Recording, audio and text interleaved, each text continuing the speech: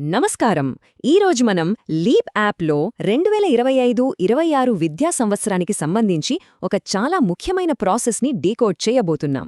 అదేంటంటే school management committee అంటే మన ఎస్ఎంసీ మీటింగ్స్ డేటాను పర్ఫెక్ట్గా ఎలా సబ్మిట్ చేయాలి అనేది.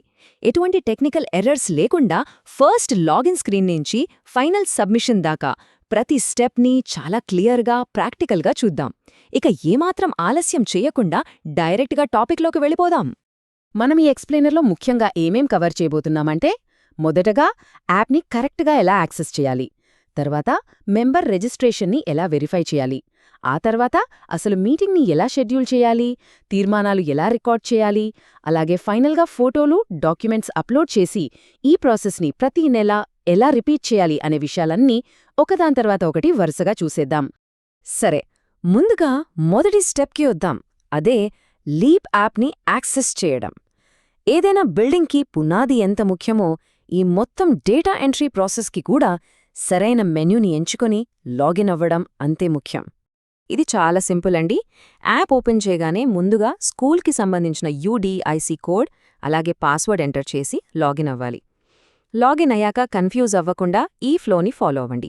ముందుగా గవర్నెన్స్ అనే ఆప్షన్ మీద క్లిక్ చేయండి. అందులో సమగ్ర శిక్షాని సెలెక్ట్ చేసుకోండి. ఆ తర్వాత ఫైనల్గా స్కూల్ మేనేజ్మెంట్ కమిటీని ఎంచుకోండి. అంతే, చాలా ఈజీ కదా. ఇక్కడే ఒక చిన్న క్యాచ్ ఉంది, చాలా జాగ్రత్తగా గమనించాలి. స్క్రీన్ పైన మనకు పీటీఎం అంటే పేరెంట్ టీచర్ మీటింగ్ అనే ఆప్షన్ కూడా కనిపిస్తుంది. కానీ పొరపాటున కూడా దాన్ని టచ్ చెయ్యకండి. ఎందుకంటే మనమిప్పుడు క్రియేట్ చేస్తున్న డేటా అంతా కేవలం ఎస్ఎంసీ మీటింగ్స్కి మాత్రమే సంబంధించింది. సో మన ఫోకస్ అంతా స్కూల్ మేనేజ్మెంట్ కమిటీ మెనూ పైనే ఉండాలి. ఆల్ రైట్, ఇప్పుడు నెక్స్ట్ ఫేజ్కి మూవ్ అవుదాం. మనం ఎస్ఎంసీ ఆప్షన్ లోపలికి వెళ్ళగానే ఫస్ట్ కనిపించే సబ్మెనూ ఏంటంటే ఎస్ఎంసీ మెంబర్ రిజిస్ట్రేషన్. ఈ మెనూ ఓపెన్ చేసినప్పుడు చైర్పర్సన్ అలాగే ఇతర ఎలెక్టెడ్ మెంబర్స్ డీటెయిల్స్ ఏమీ కనిపించకపోతే అస్సలు టెన్షన్ పడకండి. సాధారణంగా ఈ డేటా అంతా పోయిన సంవత్సరమే ఎంటర్ చేసి ఉంటారు కాబట్టి ఆటోమేటిక్గానే పాపులేట్ అయిపోయి ఉంటుంది. ఒకవేళ ఎవరి డేటా అయినా అక్కడ మిస్ అయ్యుంటే గనక ఇక్కడే మనం చాలా ఈజీగా ఆ వివరాలను అప్డేట్ చేసేయొచ్చు.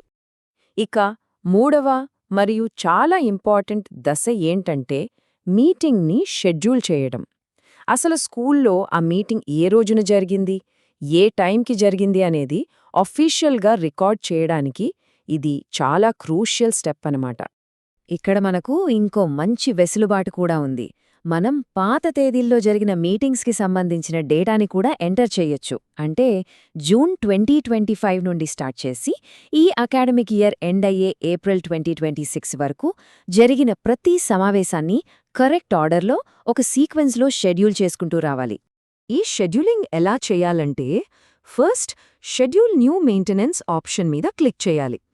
మీటింగ్ ఎప్పుడు జరిగిందో ఆ ఖచ్చితమైన డేట్, టైం సెట్ చేయాలి. ఆ తర్వాత యాడ్ అజెండా బటన్ ప్రెస్ చేసి మెయిన్ అజెండా, దానిలో సబ్ అజెండా, ఆ తర్వాత స్పెసిఫిక్ టాపిక్ని వరుసగా సెలెక్ట్ చేసుకోవాలి.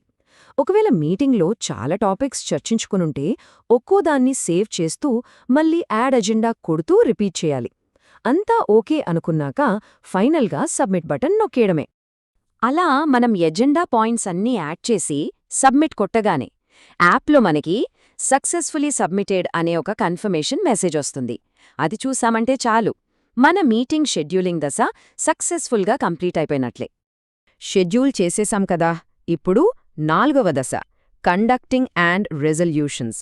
అంటే ఆ మీటింగ్లో ప్రాక్టికల్గా ఏమేం జరిగాయి, ఎవరొచ్చారు లాంటివి సిస్టంలో పక్కాగా రికార్డ్ చేయడానికి ఎస్ఎంసీ కండక్ట్ మీటింగ్ అనే మెనూలోకి వెళ్ళాలి. దీని ఫ్లో కూడా చాలా లాజికల్గా ఉంటుంది. ముందుగా మనం ఇందాక ఏ డేట్ అయితే షెడ్యూల్ చేశామో ఆ డేట్ని ఎంచుకోవాలి. ఆ రోజు ఎంతమంది సభ్యులు ప్రెజెంట్ అయ్యారో వాళ్ళ అటెండెన్స్ మార్క్ చేయాలి. తర్వాత కరెంట్ ఎజెండా ఓపెన్ చేసి చూస్తే మనం యాడ్ చేసిన ఐటమ్స్ కనిపిస్తాయి కదా, వాటన్నిటికీ తీర్మానించడం అయింది అంటే రెజల్యూషన్ పాస్డ్ అనే ఆప్షన్ని మర్చిపోకుండా చెక్ చేయాలి. ఇక్కడ ఇంకో చిన్న పాయింట్, లాస్ట్లో రిమార్క్స్ సెక్షన్ ఉంటుంది. అది మ్యాండేటరీ.